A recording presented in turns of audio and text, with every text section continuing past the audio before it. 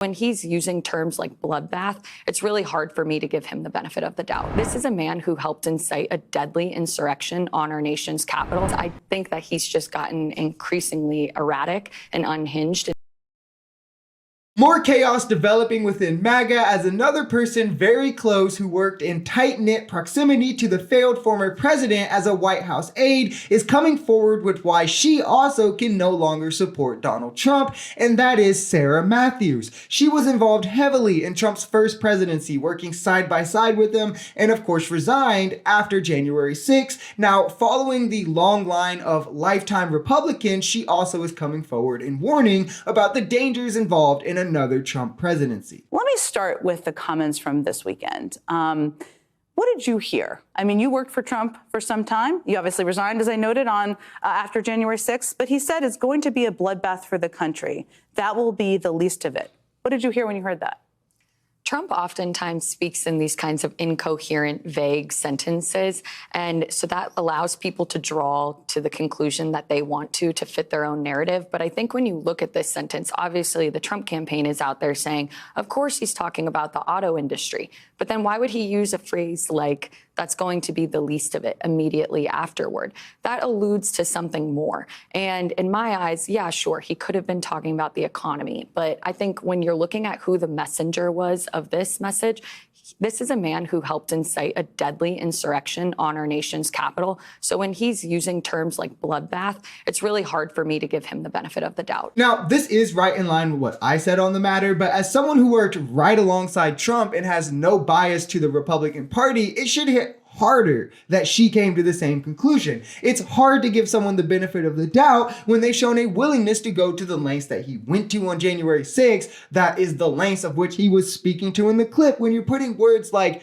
that'll be the least of it after, you know what you're signaling to, regardless of what you're attaching that word to. And you have to, because the small MAGA cult is all he has anymore. It's the only base, and he has to dog whistle to these people somehow, some way. And I can admit that some Trump things do get covered dishonestly. Some bloodbath coverage on the comment was dishonest, the same way that plenty of Biden coverage is also dishonest.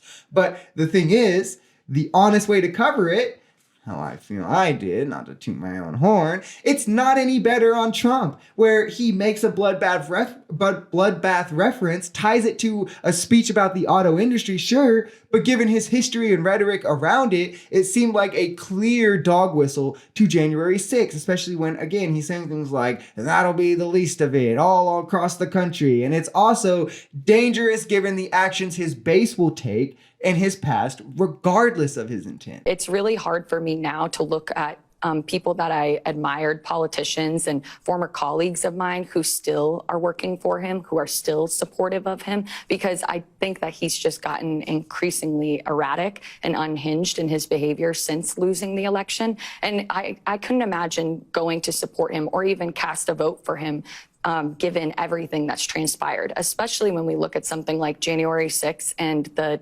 stolen election claims. He's never shown any remorse for what happened that day, and instead treats it almost like a celebratory occasion. I mean, he, as you noted, plays an alternate national anthem at his rallies. And at the beginning of the rallies, they ask the attendees to please rise for the unfairly treated January 6th hostages, as he calls them. And that's just completely absurd. It is just really bizarre. And she forgot that he also gives them a salute as well, and then swears his first act as president will be to free them all. This is literally just a coup leader coming back around and clearly instating his intent to free his troops given the chance and, ready them for 2028 or something. And while plenty of close Trump allies have came out and said, we cannot vote for this man, no one should vote for this man, from Bill Burr to Sarah Matthews to Mike Pence. And this is not something to be taken lightly. It's one thing for 40% of the Republican Party and voters to choose somebody else in primaries where Trump is practically the incumbent and incumbent should be getting 80 to 90% of the vote. Or it's one thing for elected Republicans to state their disdain against Trump. But when Trump's own hand-picked allies who worked very closely with him are saying, yeah, he's dangerous. Yeah, he should not be president. You shouldn't be so gullible to let Trump just say, well, they're a rhino and they're out to get me, and just believe him.